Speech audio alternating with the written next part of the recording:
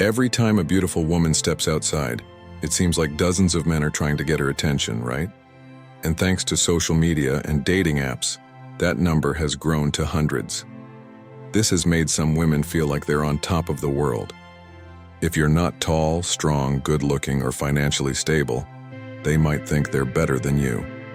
But here's the thing. According to Stoic philosophy, our value isn't determined by external factors like appearance or others' opinions. It's about how we view ourselves and how we maintain control over our reactions.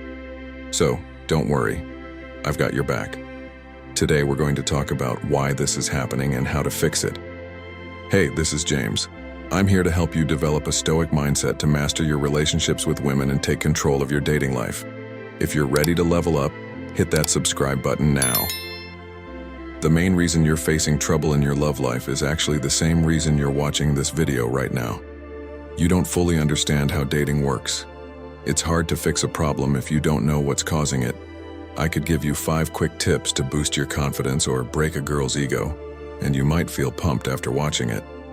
But in the end, nothing would really change. So here's the first key rule I want you to remember. The reason you're struggling is because you don't understand dating. And guess what? That's not your fault. No one gave us a manual on how to handle relationships, especially when it comes to women. We've all just been following what society tells us. But here's the thing. I want you to pay close attention now, because this video could be a game changer in your journey to attracting women. Dating might seem complicated, but it starts to make sense when we take a step back and look at the bigger picture. Let's zoom out for a moment and look at the bigger picture. Instead of focusing on one goal, think about all the men and women in your city, your country, or even the entire world. When we look at dating from this wide perspective, we start to see it like a marketplace, with rules and patterns that guide it, just like an economy. These rules aren't strict laws you have to follow, but more like general principles that tend to be true. They're shaped by millions of years of human evolution. Ignoring these natural patterns is what usually leads to frustration and confusion, like trying to swim against the current instead of going with the flow. The easiest and most effective strategies are the ones that work with these natural laws, not against them. At the heart of dating is one simple, primal instinct: the need to reproduce. Men and women, however, have evolved different ways to fulfill this instinct, and often their strategies clash. This conflict goes all the way back to the early days of humanity. Back then, men's best strategy was to mate with as many women as possible. For women, the best strategy was to reject many men and secure the commitment of just one, the one who could provide safety and security for the family. We may live in a world with space rockets and smartphones today, but our brains are still wired like we're living in the Stone Age. Those ancient instincts are still inside us, shaping our behavior, and they're not going anywhere. This creates a basic conflict. Women are the gatekeepers of sex, and men are the gatekeepers of commitment. To put it simply, women use sex to attract men and make them commit, while men use the promise of commitment to attract women and get sex. In the dating world, sex and commitment are like currency. They're the things men and women trade to get what they want. This is why many married men notice that their wives don't want intimacy as much as they used to. It happens because once a woman feels she's secured the highest level of commitment, like marriage, her natural drive for intimacy with her husband starts to fade a bit. It's not her fault. It's just how she's wired. Of course, women still enjoy intimacy, but that's not what we're focusing on today. What we're talking about here is your currency, commitment. Let me break it down for you. There are 4 levels of commitment in a relationship.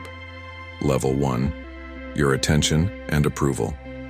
This is what a woman looks for when she first notices you, when you're just starting to get to know each other in the dating world. Level 2, non-exclusive dating. This is when both of you decide you like each other and start spending time together, but you're not exclusive yet. Level 3, exclusive relationship. This is when you both agree that you're officially in a committed relationship, just the two of you. Level 4, marriage.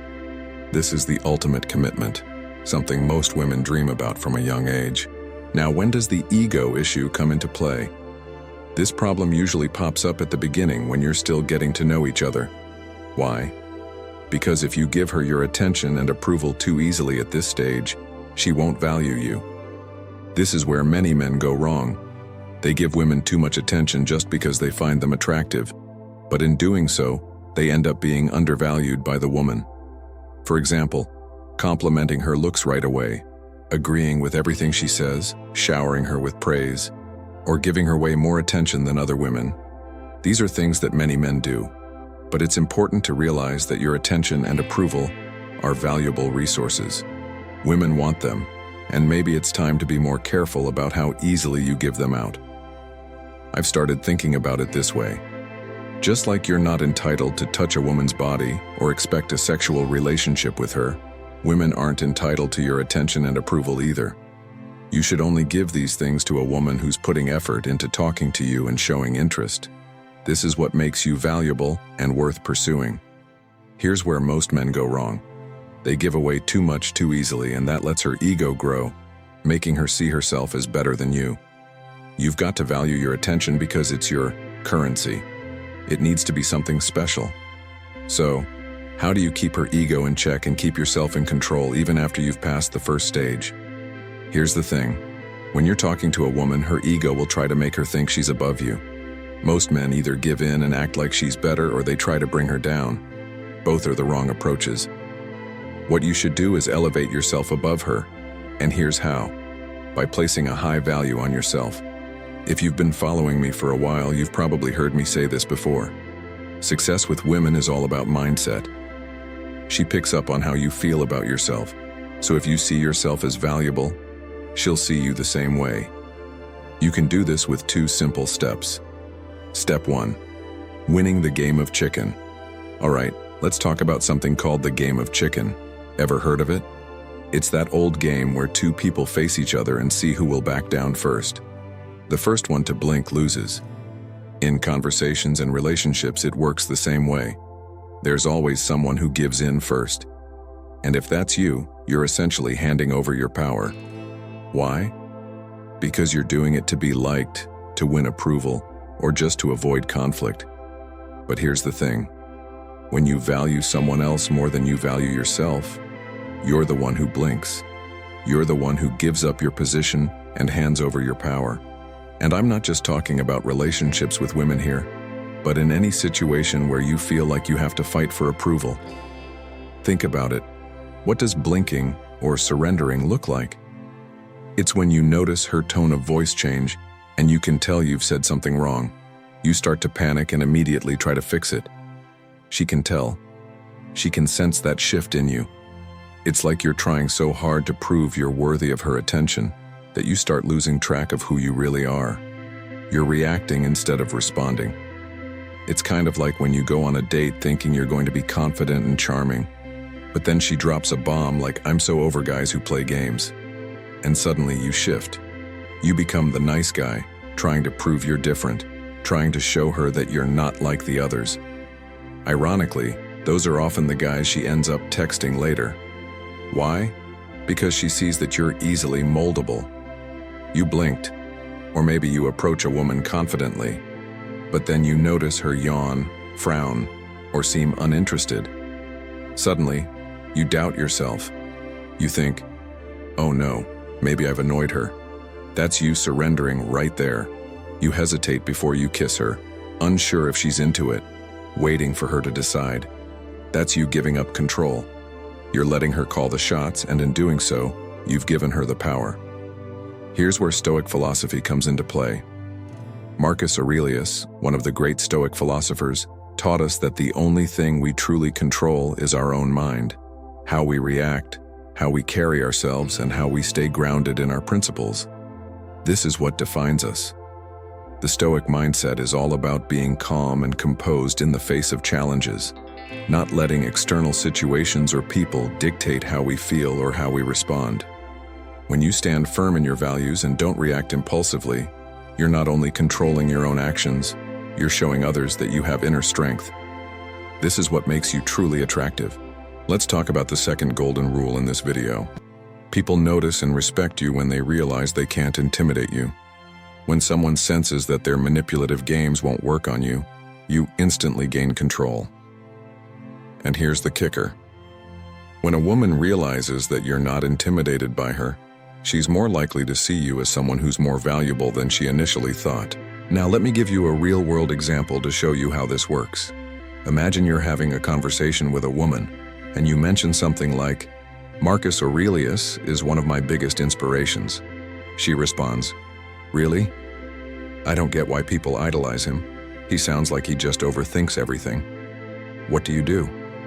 You don't panic. You don't try to convince her that Marcus was right, or that she's wrong. You don't backtrack and start explaining why you like his philosophy. You simply stay calm and grounded.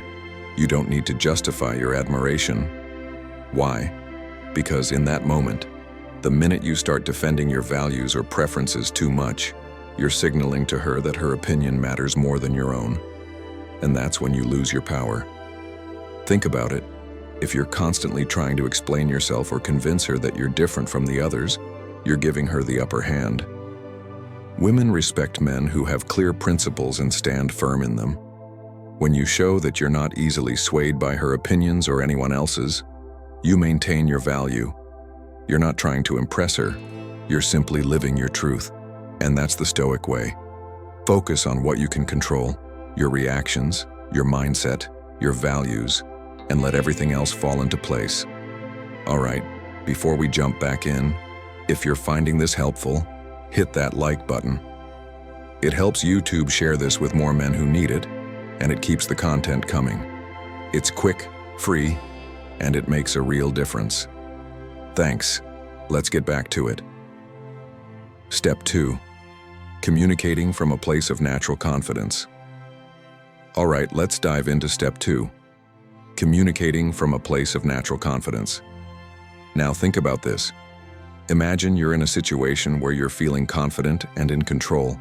You're not trying to impress anyone, but at the same time, you're not letting anyone walk all over you either. So, how do you show that kind of quiet confidence without sounding like you're forcing it or coming across as arrogant? The secret, my friend, is being non-reactive. This means that no matter what someone says or does, you don't let it throw you off. It's a skill that's a lot easier said than done, but once you get it, it'll change the way people perceive you. You'll naturally exude confidence, and it won't feel like you're trying too hard. Let me tell you a little story about a time when I wasn't as non-reactive as I should have been, and I learned a valuable lesson. I was at a bar, just chilling and talking to a girl, when out of nowhere she looks down at my sneakers and says, "I don't get why guys wear sneakers to bars. You'd look way better in shoes." Boom. Out of nowhere, right?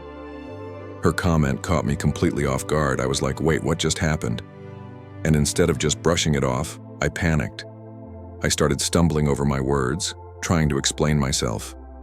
"Well, actually, a lot of girls like these sneakers," I said, feeling flustered and like I needed to justify my choice. That, my friend, was me reacting. She made a simple comment, and I allowed it to throw me off. I didn't stand my ground.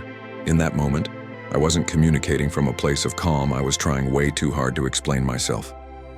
And here's the kicker. She controlled the conversation with just one sentence. That's not a position of strength, and it's definitely not confidence.